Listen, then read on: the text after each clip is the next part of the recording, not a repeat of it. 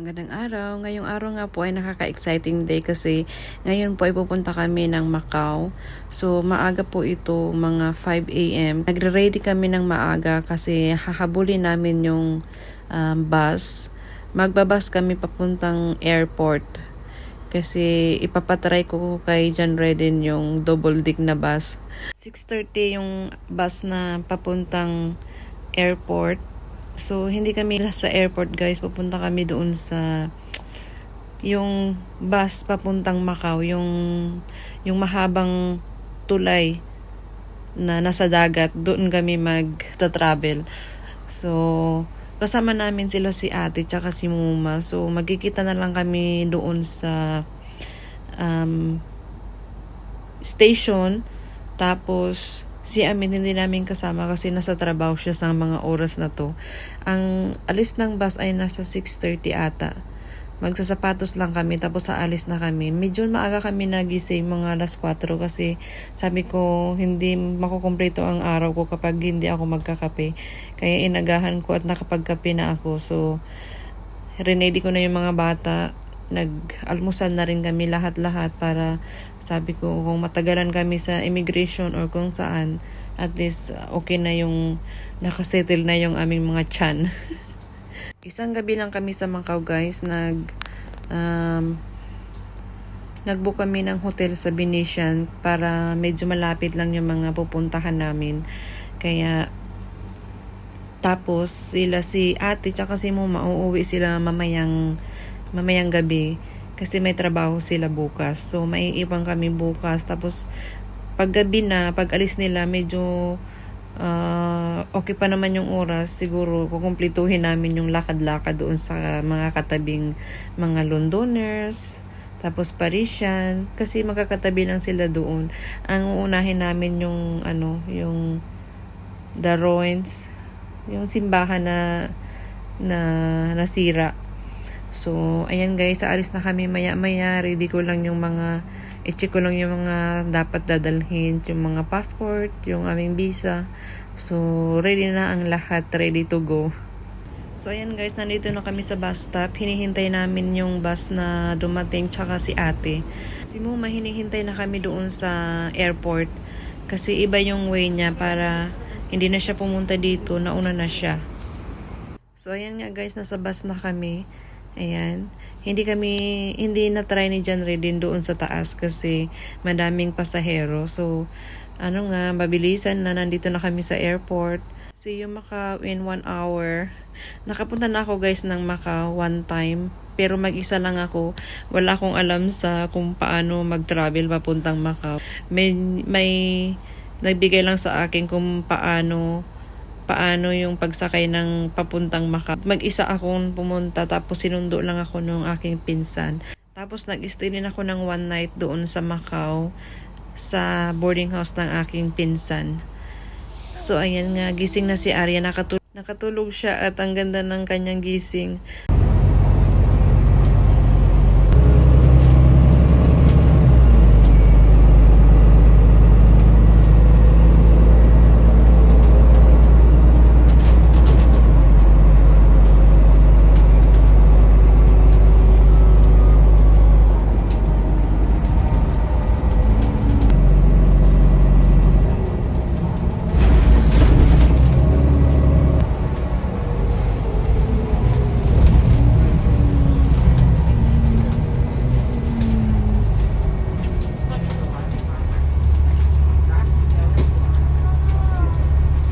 So, ayan nga guys, nandito na kami, nakarating na kami at nandito na si Moma.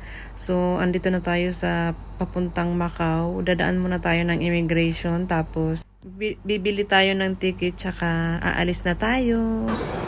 So, ayan nga, bago yan, muna tayo, mag-toilet, magpalit ng pampers, kasi medyo diretso ang biyahe natin. So, yung kapatid ko nga, nag-try siyang magbili ng ticket namin.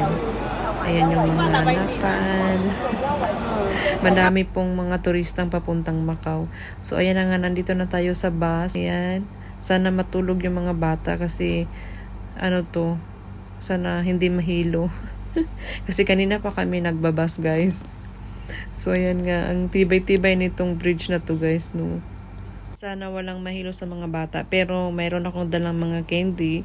Tsaka meron din akong dalang mga plastic. Tsaka extra clothes. So, alam nyo guys, ang napifeel ko ngayon na excited ako kasi kasama ko yung mga bata. Kasama ko si kuya. Ang malungkot lang at hindi namin kasama yung isang kuya namin kasi namaalam siya ng maaga. So, ninenervyos ako nito guys.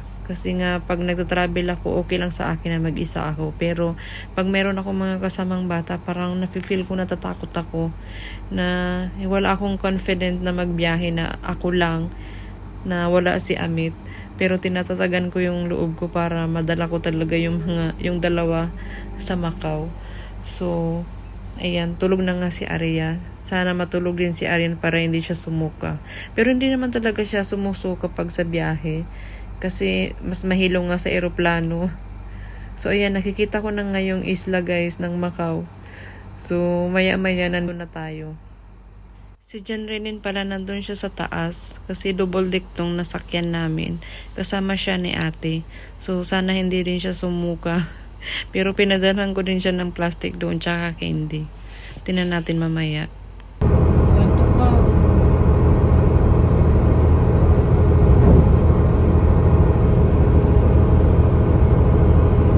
Yung pag-una kong pagpunta sa Kauban. First time kasi.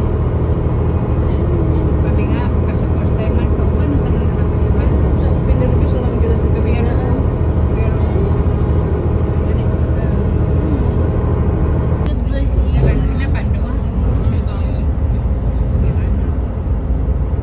Nag-travel ba ako sa doon? Sa dua, pat-pat-pat. Lapaw ka. Welcome to Macau. Welcome to Macau, Arian. First time nilang dua. Mm. Welcome, Arian. Tumaka, niro ka. Sleepy. Grabe, ang bilis na. Sleepy. Dali lang natin. Hindi ito yung figuran kaya na pitikrag. Hindi ako yan. Magraan ako yan. Gusto ko matry yun. Eh? Yung Bayan. titikragan tubig. Figuran nyo ko. Hindi na mabangga. Bagay kaya napatang siya. Kaya naman ako naatangka sa paa mo nag-uod. Natangka. Oh, yun lang delikado. Ay, nasa lap yan. Kasi lang naman kung kahit saan naman may disgrasya talaga.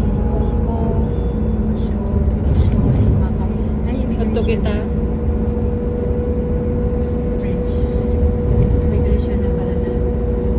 Para aman suko ka, papunta.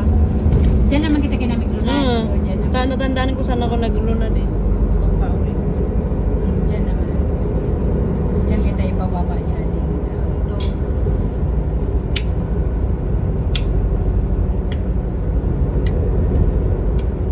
Happy birthday. Pang nasyonal. Pwede nila.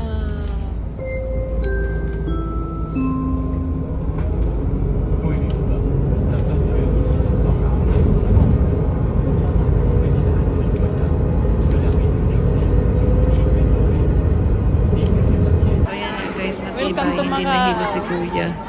Guys, nandito na kami sa Macau at after 45 minutes. So, welcome to Macau, Arian and Kuya Jaden. So, ayan, papasok na naman tayo sa immigration. Tapos, magta-taxi na lang kami papuntang hotel. So, ayan guys.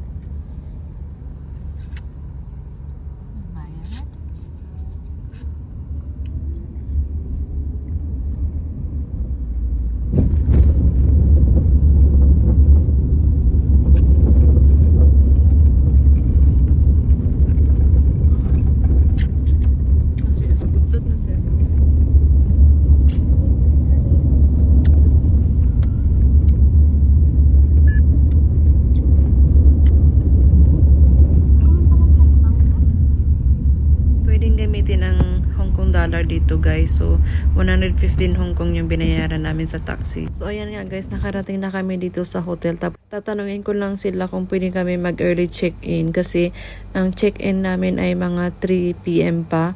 So mga nasa 11 or 12 na to. Kaso mapaaga kami ng dating, tsaka meron kasi kami mga bata. So try natin kung makapag early check-in tayo.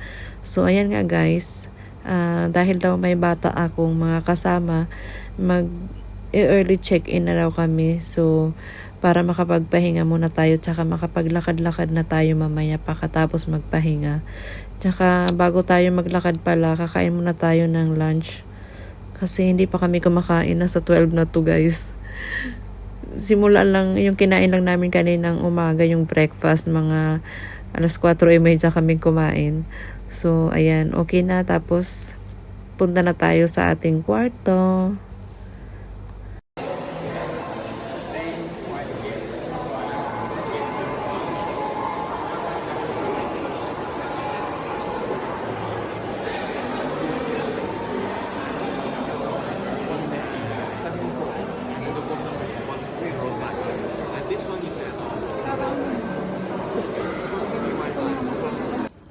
So ayan nga guys, itutour ko kayo dito sa aming kwarto. Ang ganda-ganda guys, o para kang prinsesa kapag naka-check-in ka dito. So ayan.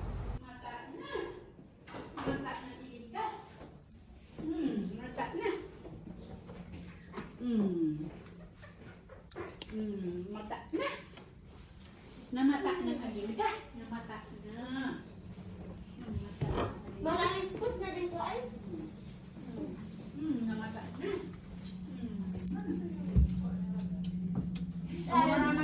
Amo naman. Ako ito, TV na ang mag-exam ko nga. Siraw. Ano, di mo ba mo paring maubos na paring apon? Kay papadiwal-diwal mo man sana. Ah. Ba na.